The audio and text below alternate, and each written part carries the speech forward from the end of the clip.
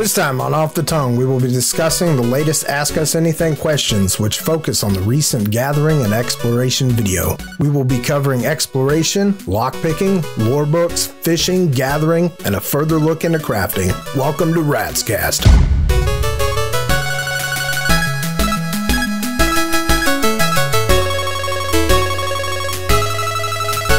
Yeah, so first things up, we'd like to thank you guys for all the very nice words and support we've been receiving in the comment section, and even private messages telling how much you enjoy what we're doing. And one thing we also try to do is respond to every commented post. You're putting your time into posting comments, and it's only right to put our time into responding to them. So thank you guys very much. All right, enough of this mushy stuff. Okay, so we're going to be going over the information that creative director Paul Sage gives us in the Gathering and Exploration video, and then we'll delve into the Ask Us Anything Gathering and Exploration questions, which gives us a further insight into Paul Sage's mind. So let's get to it. You really want me to use a screenshot of Paul Sage? Yeah, it captures his awesomeness, and it looks like he's about to cast Wizard Spell or something. So, in the video, Mr. Sage talks about finding Mundus Stones, which give you special powers. This is the first time Mundus Stones will be in a test game, and we're pretty sure they will be similar to the Guardian Stones found in Skyrim, which gave certain buffs to your character. Alright, so first up, can anyone collect a Skyshard, get powers from a Mundus Stone, or even gather a resource in the wilderness? Or do they get depleted and have to recharge after use? By Bernd Hagen. Zenimax responds, Mundus Stones are available to every player. Anyone can interact with Mundus Stones at any time, but you can only have one Mundus effect active at a time. When you interact with a new Mundus Stone, any previous Mundus effects are automatically removed. Unlike Mundus Stones, each Skyshard may be consumed a single time for each player, but they do not despawn for other players when you do this, which you can spend on new abilities in any skill path, class, weapon, armor, etc.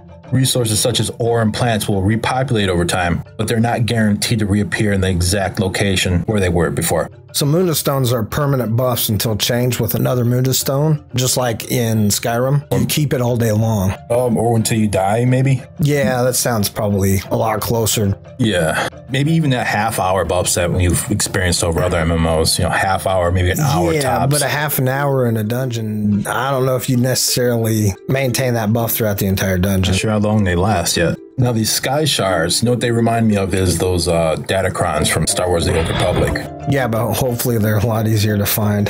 So Brandon still asks, how difficult will Skyshards and the chest be to find? Do I have to climb every hill or fight every dangerous guardian to get there? Some will be easier than others, but in order to discover all of them, you'll have to keep your eyes and ears open.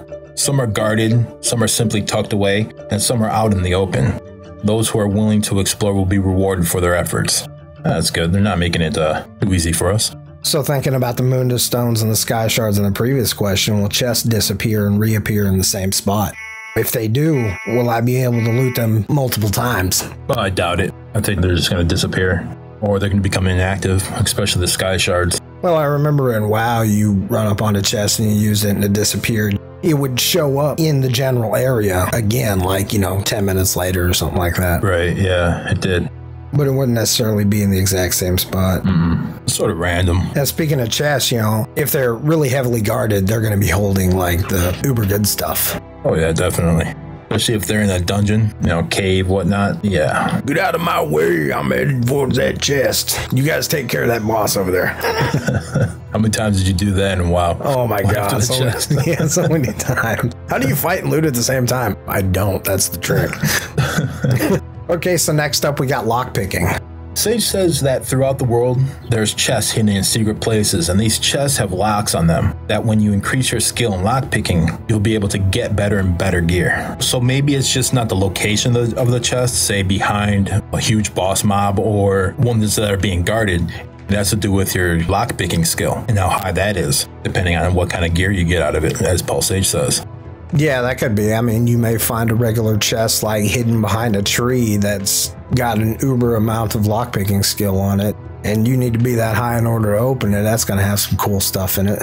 So looking at this lock mechanism, it looks just like the one from Oblivion, except, it's upside down. You see those little keys sticking down? You know, I'm assuming it's just like Oblivion. You have to pop them up and it clicks in place. And when you go to the next one, if it doesn't click in place, both of them drop down and break your lockpick. And it also looks like picking the lock is timed. And, you know, that's new. Oh, yeah. So that's going to add a tenseness to doing this as well. And the other little thing you notice there is the lockpick count. Like how many lockpicks you've got left. Yes. Yeah. So you're going to be gathering lockpicks. So I'm hoping, you know, there's going to be a lot of little lockpicks in the chest too. Yeah, to replenish the ones that you lost trying to lockpick it. Yeah, so you don't have to go find all them shady characters to give your new lockpicks. Okay, so the next question. To open a chest, will I need lockpicks and do they still break a lot? How can I become better in lockpicking? By James Langer. Some chests do not require locks, but most will. The difficulty of the locks will vary depending on the quality of the lock itself. Lockpicks have a small chance to break each time you fail to put a pin in place, and this chance increases when you attempt to pick higher quality locks. Your lockpicking will automatically improve as you level, gradually making chests that were once very difficult to open much easier to prospect. Though your lockpicking skill will increase as you level, the chests you encounter in higher level areas will also be more difficult. So the first time I saw lockpicking of this magnitude was in Morrowind. It was a whole lot simpler in this version. So in Morrowind, you had to equip these lockpicks in your hand. You know, it was a pain in the ass, but it, you know, gave the game a sense of realism. But in Oblivion, all you had to do was just activate the locks. I know it's one extra step, but it makes it seem more real to you. More immersive. All right, so moving on to books. For the people that don't know, the Mages Guild is a faction in the game, and the one task they bestow is to find lost, hidden books. And in return, you will gain a reputation, thus unlocking additional skill points, perks, and abilities. Okay, so Jane Gills asks, if I find a book in ESO, can I keep them and read them anytime I like? We have approximately 300 collectible books that you can discover in the Elder Scrolls Online. Once you find these collectible books, you can read them anytime you like. In addition, we have over 700 secondary tomes that you can find by investigating notes, journals, bookshelves throughout the world. And the best part, none of them take up your valuable inventory slots. And I'm happy about that. Yeah, that's a good thing. At least I don't have to carry them around with me to go store them at a bank somewhere later on. When you're running through a dungeon or, you know, anywhere, maintaining bag space is a pain in the butt. And when you have so many books laying around in Tamriel, like, you know, we're used to seeing, that bag space will deplete quickly. You know, I have one problem with this question here, and that's, you know, there's just a little over 1,000 books that they're claiming that's going to be in ESO at launch. So, you know, according to the Elder Scrolls Wiki, there's 820 item codes corresponding to books in Skyrim. And I can imagine, you know, if there was that same number of books in Morrowind and Oblivion, you know, is 1,000 books going to be enough? You know, for the lore, anyway. Yeah, I guess maybe people that are really, really big into the lore that want to know, you know, what Molag Bal eats for breakfast, like you. I know you are really big into that. Wheat. I guess, you know, now that I'm thinking about it, you know, at the same time, this is, what, 1,000 years before Skyrim, so maybe people weren't really writing a whole lot of books around that time. Yeah, they're more worried about the war. Yeah, and keeping themselves alive. How many books were burned when the villages went up in flames? Yeah. Book bannings and stuff, yeah. Damn Imperials. No more necromancy books. Onto the fire. There's going to be fishing in this game. I just hope it's not like WoW's fishing, where you have to click the bobber. I hated that. Can't count how many times I actually missed or got distracted by, you know, something or zoned out because it's so damn boring. I missed the bobber. Well, maybe you're just not a fisherman, but, you know, you kind of have to watch the line. I mean, it's all about fishing. I mean, no, that's why when I actually go fishing in real life, do you want it to be automated? I mean, really? No. When I go fishing, it's just an excuse to go have beer. Well, right. So I sit back with my beer and my hand on my mouse, and then, you know, I get drunk as crap. And if I miss my fish, I miss my fish. At least I'm getting drunk. Okay. Fair enough. Fair enough. As long as there's some good blackberry meat around, I'll be good. All right, so the next question. In the new video, you mentioned that different baits will let you catch different fish. Can you elaborate? By Tom Jennings. Yes, Tom. Zenimax says there's a strategy to fishing in the Elder Scrolls Online. In simple terms, different types of bait attract different types of fish. If you can figure out what type of bait the fish like in a fishing hole you found, you improve your chance of landing the big one. This game just got dirty. We're not going there. You know, I'm wondering, will there be a skill level system for fishing, you know, similar to WoW? Because they didn't say that fishing was necessarily part of the crafting. So you're wondering if you can actually cook with the fish you catch? Yeah, that, or, you know, in general, really leveling up your fishing. Are you going to be leveling up your fishing like you did in WoW? Or is it just going to be something to do in the spare time for like role playing or something like that? Right. But then it would give you a reason to if you could use the fish in recipes and stuff. Yeah, that'd be nice. You know, one thing I would like to see is an organized competition in fishing. I mean, even if it's not, you know, for the entire length of the game, at least for like one day. I loved what they did with WoW with that. It gave you, not like one day that you could catch a good fishing tournament or something. Yeah. Because there's a lot of people who love to fish. Gathering and exploration video gave a lot of visual insight into crafting. And of course, to ask us anything follow-up questions too. Yeah, Paul Sage says the ability to craft is almost immediate for the first time you enter a town. So what I kind of get out of that is that right there in town and give you the ability to actually do a profession.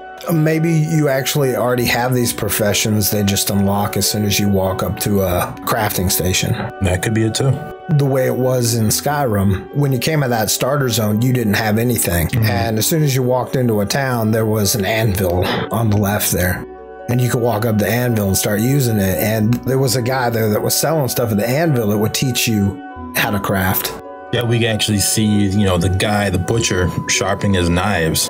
And you're saying that could be a cooking station. Yeah, I think it is personally because of all the food that's lying around it. I kind of think it's a merchant. It's possible. He says that all items you find around the world, so in these crates and barrels, will be a part of the crafting system. And, you know, it shows in the video you can actually retrieve items off tables, like we've seen with the wine and the bread. And of course, the crate opening up and there's cooking fat in there. Some of the items that you saw laying on that table were static items and you couldn't pick them up. Like the plates and stuff like that, the silverware. Right. So, you know, there's a good bit of like picking up items all around, but you can't pick up chairs. Yeah. Yeah, in the video we also see enchanting tables and alchemy tables and market stalls. You know, like the market stalls you saw in Whiterun when you first got into the game.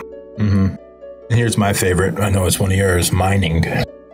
Oh yeah. It looks very similar to the mining in Skyrim, which I didn't have anything against it, so I'm kind of glad it's back. Are you going to have to carry around a pickaxe because those things were heavy? In this game, heaviness is equal to bag space. Yeah, that's true. Guess I'm going to have to get me a Dwemer army knife. Like a gnomish army knife? Right. Okay. I'll have one. All right, so the next question, Jerusalem asks, which crafting profession will be an ESO, and what do they allow me to create? In the Elder Scrolls Online, you can choose from 5 crafting professions, which allow you to make a variety of useful items, enchants, and equipment. Each of the crafting professions are reminiscent of the ones you've seen in previous Elder Scroll games. They are weapons, armorsmith, enchantments, alchemist, and provisioner. So the major thing I see here that we haven't covered before is enchantments. Yeah, we've seen enchanting in Skyrim, but we never got to make staffs or anything like that. Yeah, that's new. And the glyphs, you know, they're probably going to be an enchantment that's etched onto a scroll like it was in WoW in order to trade to each other. I can see that. Kind of confused to actually see jewelry in the enchantments section. I figured it would be part of blacksmithing, but I guess there is no blacksmithing to cover armorsmith and weaponsmith. I don't know. What do you think you're going to be getting into as a profession? Personally, from past MMOs, I've seen armorsmiths probably make the most gold. You know, everybody carries only one weapon, but a lot of people carry many different types of armor. Armor, yeah, that's true. I think I'm going to be leaning towards the same, unless we talk a little bit more on how, you know, if we're going to make our tunes a little bit complementing each other when we play. But armor smithing and enchantments. Yeah, I'd probably go armorsmith and weaponsmith. I really would like to find out exactly how potions are going to be in the game.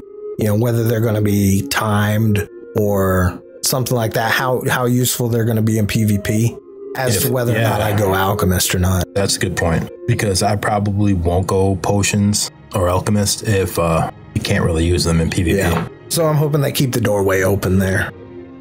All right, so next question. I crafted a lot in previous Elder Scrolls games, and I've acquired a good knowledge of plants and their effects. Will I be able to build on this knowledge in ESO? Will I find familiar plants and items, like the Nern root, and will they have similar effects? By Mara Lomber. Yeah, I do like this question. I do like the answer. Yes, many of the plants and crafting ingredients that you'll be able to find in the Elder Scrolls Online will be familiar if you have played other Elder Scrolls games. Nern root, mountain flowers, and vampire dust are just a few of the familiar items you'll find, and we aim to give them similar alchemic properties as the ones they have in previous Elder Scrolls games. However, ESO's crafting system is expansive by nature and has required us to make a few changes. There won't be a perfect one-to-one match with item properties between past games and ESO, but discovering what something does 1,000 years before the return of the Dragon King is half the fun of crafting. Glad Nern root's gonna be there. Yeah. Make some damage health poisons. Yeah, I always liked my poisons because you always had to use them at the beginning of a fight. The only thing I'm wondering is if some plants, since they have different properties, are they going to be able to be used as additives when creating weapons or armor? Yeah, that's a really good question. I'd like to have a list of the different additives that can be used. Like, I'm sure fire salts and frost salts and stuff like that, but those are also alchemy agents. And if you can use them in alchemy, because they have properties with them, you should be able to use them as additives as well. You should be able to use plants as additives as well because they have properties also. Yeah, I can't argue with that. We're just gonna have to wait for more information. Yeah, as per usual. Yeah. All right, so the next question. Could you shed some light on crafting and collecting system for ESO? Will you need to go to a trainer to pick up new schematics/crafting plans? By Conrad Fury. I love this guy's name. Mr. Fury. Much like in previous Elder Scrolls games, there are no recipes or schematics you must collect or learn from trainers. In ESO, there are multiple ways to create very craftable items in the game. Discovering the optimal mix of ingredients and additives to make that perfect item is all part of the challenge of being a crafter. I couldn't agree more. Yeah, I don't know. I'm just wondering if you unlock different recipes via the skill tree or by mixing and matching different ingredients. Similar to the way the alchemy worked in Skyrim, because he talks about in the video, you're going to have to mix and match, different ingredients to make stuff. So you're saying like at level 10, you can make, the top of the line potions if you just have the ingredients? Right. If you're wondering that? Exactly. Like if I had a guild with me and they went out and collected all this stuff and they want to boost up alchemy real fast, they start a new character to, put all of their stuff on one character to power level it. You're coming up with these hard questions. It's because I asked the tough questions. Somebody's got to. Submit some questions to these guys. Yeah, I know. Yeah, but I'm sure they probably don't pick some of these questions that have been asked. Oh yeah, they were like, we're not answering that. No, we're not answering that. All right, so the last question is by Mark Neveling. Are you going to stay with the old system of making your own gear or only allow one crafting skill so everyone becomes an expert in one or two fields? For example, tailor, sword, smith, weapon, smith, alchemist, rune, crafting, etc. You can master up to 2 crafting fields. Our intention is for the specialists to trade with one another. I make you a sword, and you make me a breastplate. That makes for a healthy economy and gives every crafter the opportunity to find their specialized niche within the market. And I couldn't agree more. It does help. Yeah, I wish it was more of a player economy. Yeah, like the way the old Star Wars game was it Star Wars Galaxies, where you had to depend on other players to get anything, to get armor, to get weapons, to get buffs, or enchantments, anything like that, or even, Right, or it's just like in EVE too. Yeah. Having the players make the most powerful items in the game. They're the ones that go out and make it the parts for, say, a Titan, and they build Titans. Keeps that market going. Yeah, it builds a better player community. Well, yeah, that's the last question. Yeah, so guys, give us your insight, your feelings on the crafting system as we know it now. We'd love to hear your opinions. Okay, guys, this has been RatzCast. This is Human Overclock. All right, thanks, guys. I'm Stench. Thank you for watching.